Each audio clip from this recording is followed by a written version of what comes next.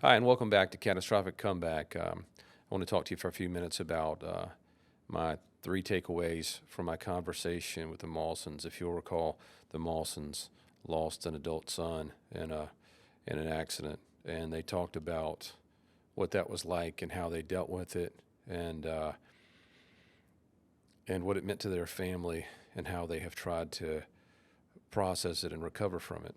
And the first thing that I thought was really interesting is that um, when they were building their family, when they were creating the environment within their family to develop, they they were very intentional about the way that they did these things. They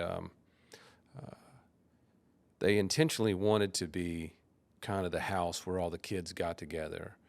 So even when they selected the house where the family grew together and where the kids grew up, um, it was sort of near uh, where the kids would want to be. It was also sort of had some space. Uh, if you'll remember, uh, the kitchen was designed in such a way where it was comfortable for guests, and for there was a small fridge in the corner which would have waters and cokes and drinks and that sort of thing. And the idea was they thought about how they could build a place and an environment that would attract their kids and attract their kids' friends. And that became important after tragedy, because even after they developed these relationships with their kids and with their kids' friends, and even after this tragic set of circumstances developed, that wasn't the end of these relationships. These kids came back and still come back and maintain relationships with the siblings, and then also with parents. And I thought it was interesting that they did that, and they thought about it uh, on the front end. And so I think we can all learn from that in terms of intentionality and how we want to build our lives and build our relationships. Um, the second thing that I thought was really interesting about my conversation with them is, you could tell they were people who invested in their communities, invested in other people. They took time to get to know the other people, their neighbors, the other people in their community, their kids' friends. They spent their lives investing in other people. Um, I don't know if it came out or not, but if you knew CJ, if you knew Greg, uh, and I know them a little bit now over the last few years personally. They do reach out and they do connect with other people, and they do invest in the lives of other people and try to make them better. What was interesting to me is that under those circumstances, when tragedy struck them and they needed those other people, the community really rallied around them.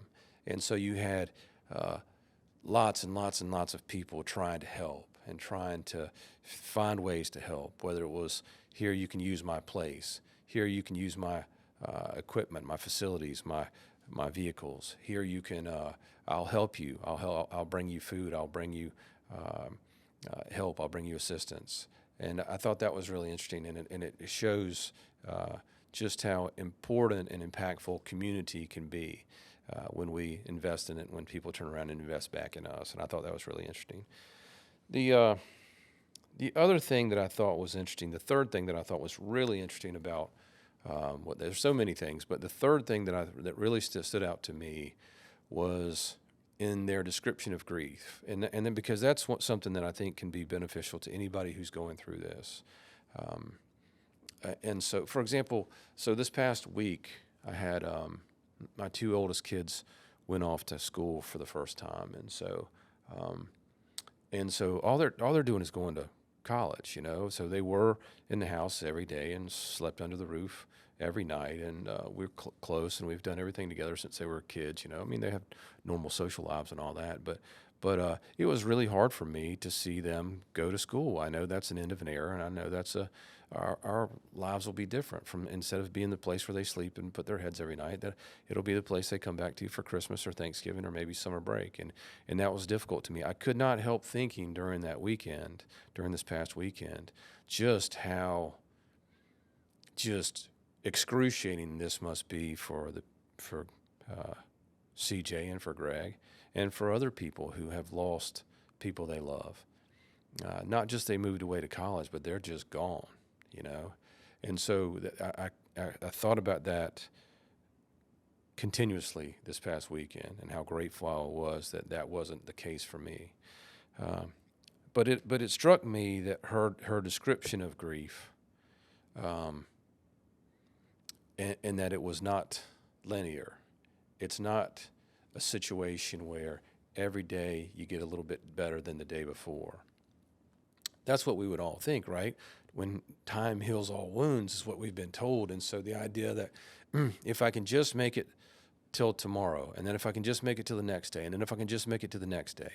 Well, she describes a different process, and it's consistent. It's consistent with some of the other people that we've talked to on the podcast.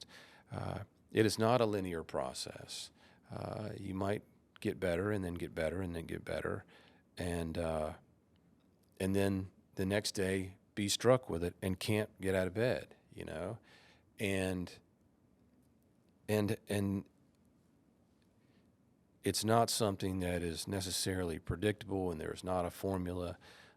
But she did say that as time passes, you learn to appreciate the other things in your life, the other relationships that you have, and you learn to appreciate the other people that you have, and you learn how to manage that grief, and you feel less guilty about smiling and laughing and enjoying yourself.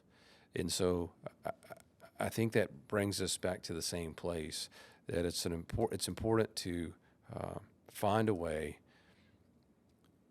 to give yourself the space that you need to have in order to be able to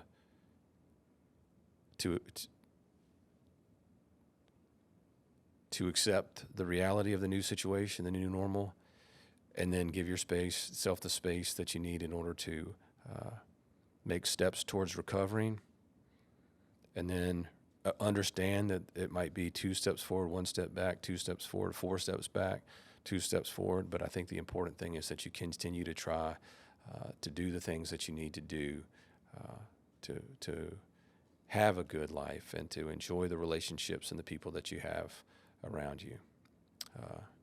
Thank you.